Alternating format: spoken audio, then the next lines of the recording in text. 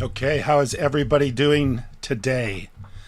My name is Kent, and I'm making this video about a supplement, about a food, about a plant named Kratom. Kratom. I don't know exactly how to best pronounce it. I think I've heard it both ways, but a plant. And I never thought I'd make a video like this. This is a very different experience for me. As you can see in the background, we are into cryptocurrencies. I've been into computers and computer programming and e-commerce for a long time now, and not really thought about anything that what I'm going to talk to you about in this video today. And by the way, it's October 7th, 2021. I'm in San Diego, California, and it's about 1:30 in the afternoon. So the reason I'm talking about Kratom is because this year in March, I was told that I had a significant blockage in my heart. In fact, a widowmaker. The one that's so bad it creates widows from the husbands that have them. And mine was a significantly bad widowmaker because they told me I had 100% blockage. Literally, my life was being, I was running on collateral arteries. So my little arteries that were beside the main artery that should be feeding my heart blood were the only things giving my heart any blood. So collateral arteries was keeping me alive. My main artery was 100% blocked. They're the arteriogram where they run the little thing up my arm into my heart, mapped it out, took a look at it, wanted to do a stent, but the blockage was so bad that they couldn't do a stent. The surgeon came in and told me that they couldn't do the stent, that they would have to bring me back and do heart surgery. And at the time, they thought maybe they could do minimal invasive heart surgery. So they were going to go through the side of my chest, take a mammary artery and attach it to one right before it was blocked, and then that was going to work. But in my case, I'm a little too broad across the chest, and they couldn't do the minimally invasive surgery. They had to do the full out crack my center of my chest surgery and open up my heart. And a very painful surgery, a surgery that I would never wish on anybody. Here, I'll change my screen and I'll show it to you. This is what I look like after this surgery was completed. That's me right there. So this is what you get when you go through open heart surgery. Like the side surgery that where my pointer is, that's when they tried the minimal invasive surgery. And then the main surgery when it had to crack the rib cages when they actually went in and had to replace the or actually take an artery from my leg and put it into my chest. And of course, this is something I didn't expect. I didn't think that I was going to wake up with the tube down my throat, strapped to a bed, I couldn't breathe, and have my chest completely split open. I was thinking I was going to have a side cut done, and it wouldn't be nearly as bad. Well, it ended up being a terrible surgery, as this picture can show you. And I literally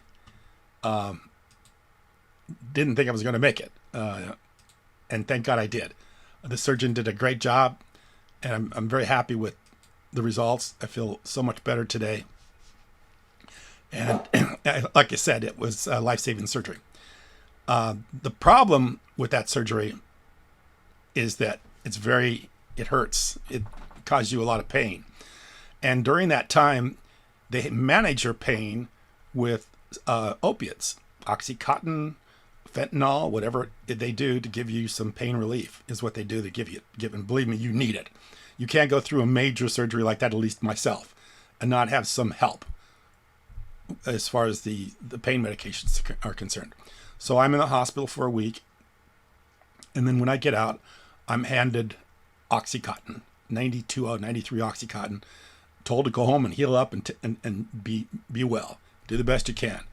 And of course, when you have the split of your chest is split wide open and you're feeling terrible and you have no energy and you can't get a good breath, you have to have something to help you. And of course, the pain medication gets you through the days. The problem is after a certain period of time, the pain medications don't work as well as they do in the beginning. So when you were getting relief from Oxycontin in the morning, now you need Oxycontin in the morning, in the afternoon, and you need it closer together. The closer together you take it, then you start to get some relief. But if you don't take them close together and you don't get relief, this just starts happening fairly quickly. And you get to a point where you get very dependent on the opiate, because opiates, in some people, maybe not so dependent. Other people, they're very dependent. In my case, I needed to take them because I was hurting, and I was hurting very badly. And without them, I don't know if I would have been able to have the ability to recover, because my body would have been under so much stress from the pain management that I don't know that I would have been able to recover as well as I did. The Oxycontin gave my body a little bit of relief from the pain so that I could recover and function and get up and walk around and do some movements and exercises and get myself back to shape. Because if I hadn't had the Oxycontin, I would have been pretty much bedridden with the amount of pain that I was in. So absolutely, the Oxycontin works, and it's not something I'm against. I'm totally for Oxycontin or whatever other pain medication that they need to give you. They gave me Oxycontin, which I'm glad they did, and completely necessary for them to do so. Like I say, for me to get the little bit of the break that I needed for my body to heal up. The problem comes, and before I keep on going with this conversation, I could give you all the disclaimers. I'm not a medical person. My experiences are my experiences by myself. Everybody else's experience is going to be different. I'm just telling you my story. My story is unique to me. Nobody else can have the story that I have, and nobody else may get the results I got or have anything close to what I have. And actually, I've watched quite a few YouTubers that have had experiences with Kratom, and they have different experiences than I've had. So this is, whatever it is. So after struggling with the Oxycontin, because there was a day when they do run out, and then you have to try to make it on your own. And that's not easy to do. You struggle with it. So my first thing when I started realizing, hey, I'm going to run out of these, and I talked to a doctor who lives right down the street from where I'm at, and I told him about the problem. I said, I don't know what's going to happen when I run out of the Oxycontin. He says, you're just going to have to quit them. You have no other choice. You're just going to have to stop them. And he told me that very blankly, very, very bluntly. You're just going to have to stop them. And of course, that really worried me, got me kind of concerned. And you get down to where you have a couple pills left. And when you have a couple pills left, you don't want to really stop. You want to stop right there, because you want to give yourself a little bit of time to get over. You want to have some reserves in case you can't not stop. You got one or two left that you could break up into a series of pieces. And of course, I did all the research. When you get down to the end, you cut the pill in half, and then the next night you cut it in half again, and the next night you cut it in half, and you keep trying to wean yourself off this. That never really worked for me. The more I tried to take myself off the opiate, the more I would just feel worse. And then of course, giving me a little bit less wouldn't do anything. So it was just like I was continuing to have a little bit of the dependency. I wasn't breaking free from it, but cutting it down, and that's one of the reasons why I say earlier, my experience is unique to me and mine. So yeah, that didn't work for me. The only thing that did work for me is Kratom. So Kratom was able to make me feel like I had that pain relief that I had with the opiate, and it also gave me the ability to still feel like I wasn't completely getting off the opiate, that I still had some of the same effect I had from the opiate, but not without the negative side effects. The thing about Kratom is Kratom doesn't depress your your ability to breathe and make you stop breathing, which is how it kills people. How opiates kill people. In that respect, you don't have to worry about an overdose with Kratom. That's, of course, my research only. And like I say, I'm not a medical person. I'm a computer person, not a medical person. Computer person. I'm a computer person only. And my experiences are my experiences. Like I say, they're only me. What I saw, what I felt, what I heard. But when I found out about Kratom, I went down. They sell it here locally. I bought some, and I was immediately got the relief that I thought I needed, and it was able to get me through it, completely get me off of opioids, and give me a feeling of well-being so that I could exist and do well. And to this day, I am on Kratom every day. People say, well, now you have to get off of Kratom. There's some days I don't take very much. There's other days I take a little bit more. But by and large, I feel like I don't have any dependency from it.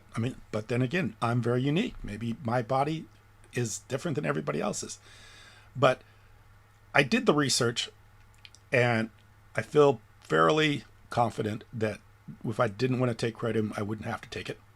And there has been times when I have been off it for a few days, so it's not like I never felt anything close to the withdrawal that I felt when I was trying to get off the Oxycontin from the Kratom. The Kratom didn't seem, the only negative effects I've ever gotten from Kratom is that sometimes it does upset my stomach. But outside of that, it doesn't really give me any negative effects. It just gives me the same effects that I had when I was on the opiate, which is that I had a pain relief in my body, felt like I was getting a break from being under so much constant pressure of having all this pain going on in my body. So for that reason, I would say Kratom's a great, it's at least worth a try for a lot of people, if not a complete cure for the pain that you're going through and for the addiction that you're probably going through too, which I would think that a lot of people would have if they on opiates for very long at all. So like I say, I did my research. I've been through the surgery. I never thought I'd make a video like this. I never thought I'd be doing this. I didn't think it would be anything that I was ever interested in. It wasn't anything that was on my horizons. I wasn't looking for something like this to do. I just found it because of the circumstances that I got myself placed into. That's it. And when I used it, I was very surprised at how well it worked. So basically, I did more research. And the more research I found, the more I got interested in this. And today, I'm actually setting a website up, and the link is going to be down below if you want to order Kratom. The website domain is getkratom.live.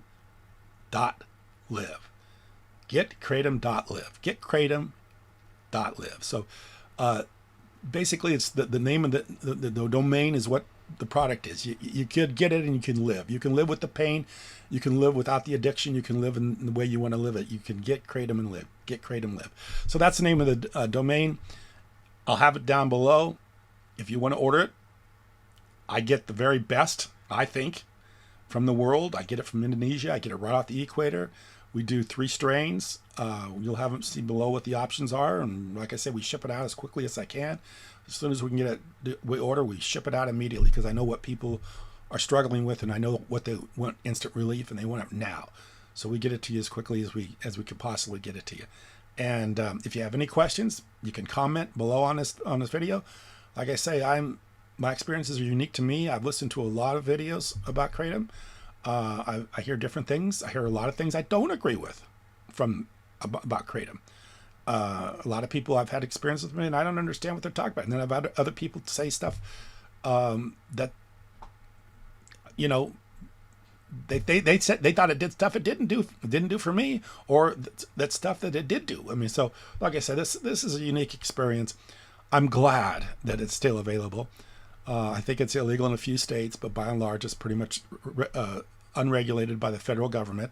And I'm glad whoever made that fight prior to me getting into this, thank you. Thank you for making the fight to keep it unregulated, because it gave me a chance to get it now and get free from opiates. So I appreciate whoever did those.